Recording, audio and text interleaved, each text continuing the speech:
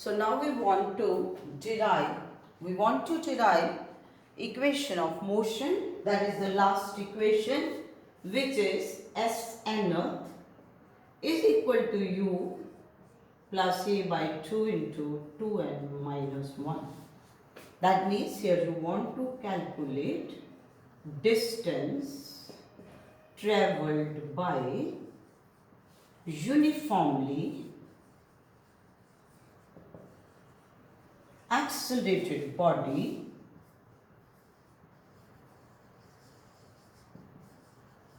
during nth second of its motion. During nth second of its motion. अब ये कैसे लेना है? nth सेकेंड का क्या मीनिंग है? आपको एक सिंपल सा पॉइंट बता रही हूँ कि मान लीजिए आप बॉडी की यू मोशन कंसिडर कर रहे हो।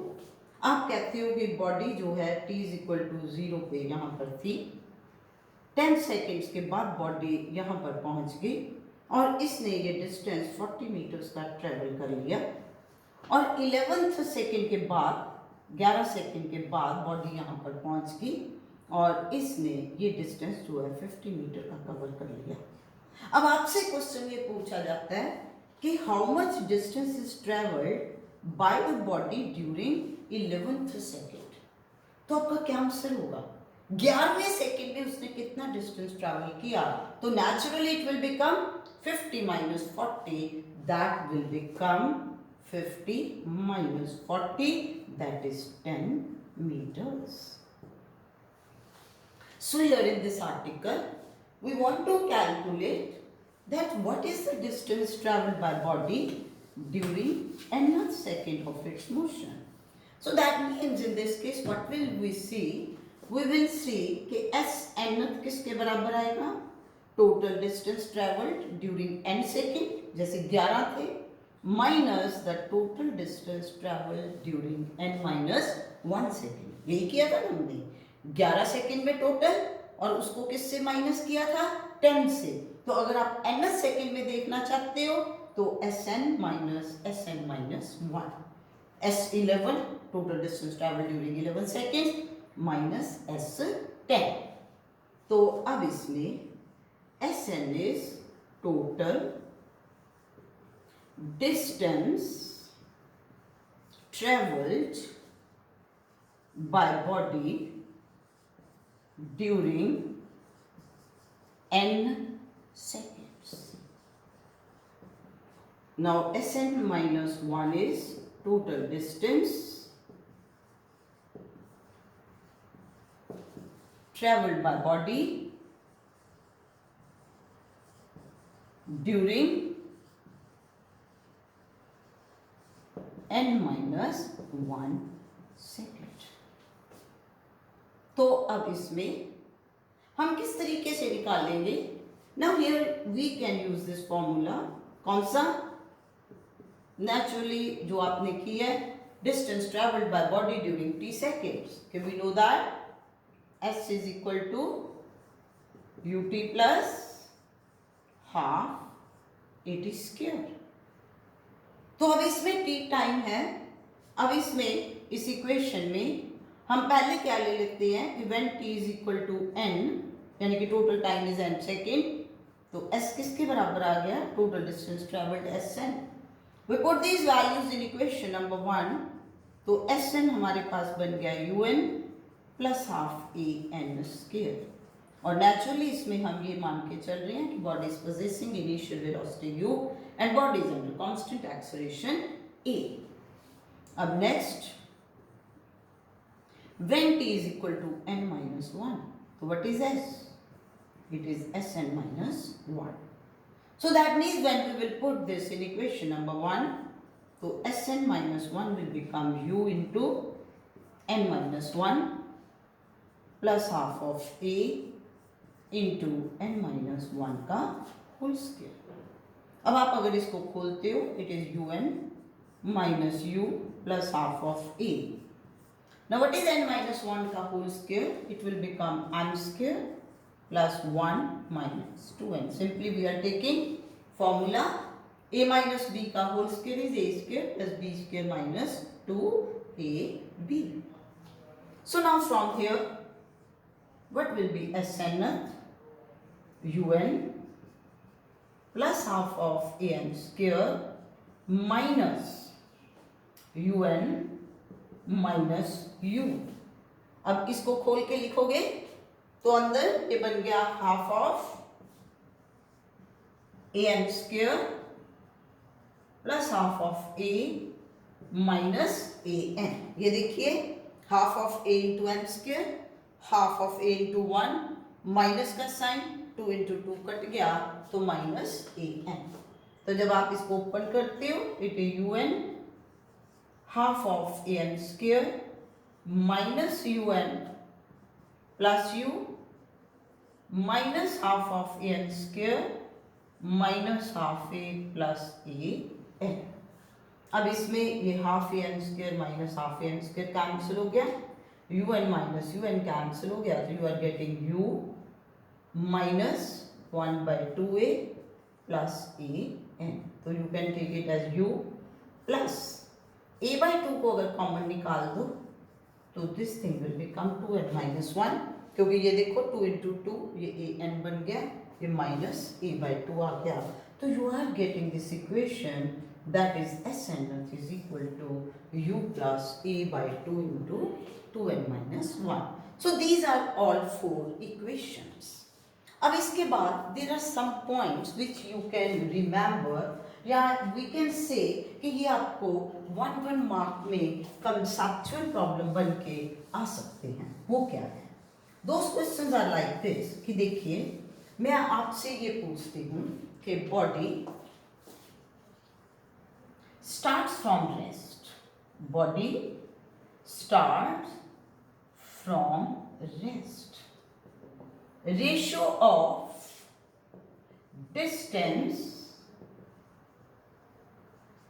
traveled by body, ratio of distance traveled by body during first, second, during first, second, third, fourth, second of its motion. क्या होगा? तो इसको किस तरीके से, ये देखो आपको जो कंसेप्चुअल प्रॉब्लम 1 मार्क के क्वेश्चंस आने हैं या एमसीक्यू में आना है वो इसी तरीके के क्वेश्चंस आने हैं. अब आप इसमें यही फॉर्मूला लोगे कि Snth u plus a/2 into 2n minus 1. अब इसमें ये दे दिया कि बॉडी स्टार्ट्स फ्रॉम रेस्ट, तो u विल बी 0. और इसमें हम बात किसकी कर रहे हैं? We are talking about uniformly accelerated body. So when we are talking about uniformly accelerated body, it means that a acceleration of body is constant. तो अब आप इसमें देखिए कि जब आपके पास u 0 आ गया तो Snth is a/2 into 2n minus 1. और उसके बाद जब हमने ये कह दिया कि बॉडी की यूनिफॉर्म एक्सेलरेशन है तो आपके पास बन गया Snth is proportional to 2n minus 1. तो अब आप देखिए n की वैल्यू 1 लीजिए फर्स्ट सेकेंड में, तो ये आपके पास बन गया 2 minus 1 1. 2 लीजिए 4 minus 1 3. 3 लीजिए 6 minus 1 5. 4 लीजिए 8 minus 1 7. So that means what will be the ratio of the distance traveled by the uniformly accelerated body? That is in the ratio of 1:3:5:7. तो इस तरीके से आपको ये कंसेप्चुअल प्रॉब्लम, न्यूमेरिकल प्रॉब्लम जो है वो पूछे जा सकते हैं.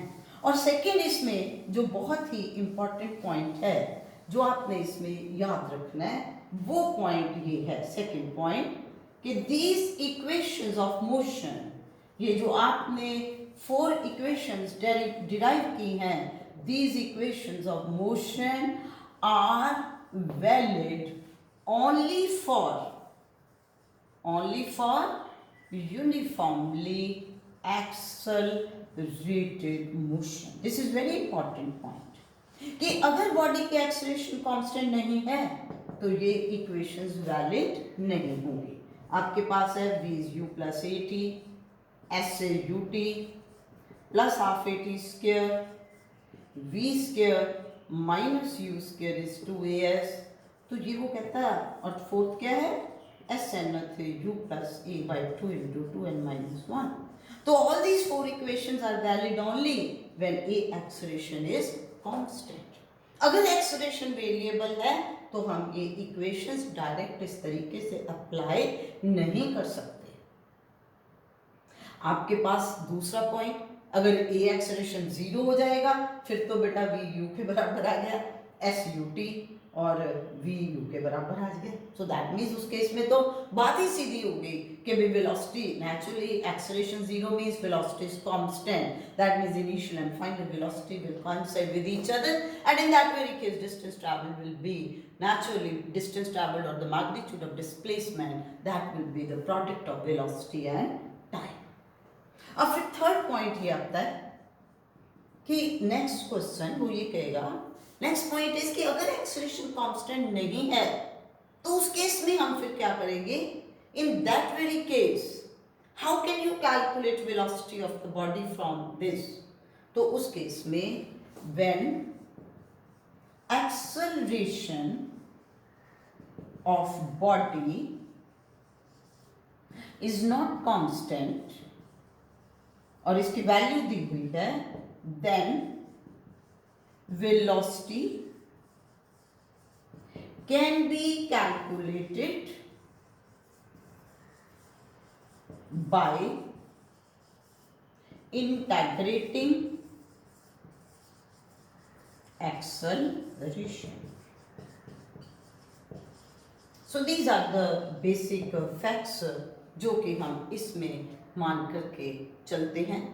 और एक पॉइंट मैंने और कल आपको डिस्कस भी किया था, वो पॉइंट ये है कि if velocity of body is constant at any point, किसी पॉइंट पे अगर वेलोसिटी बॉडी की कांस्टेंट है, it means that speed of body is constant.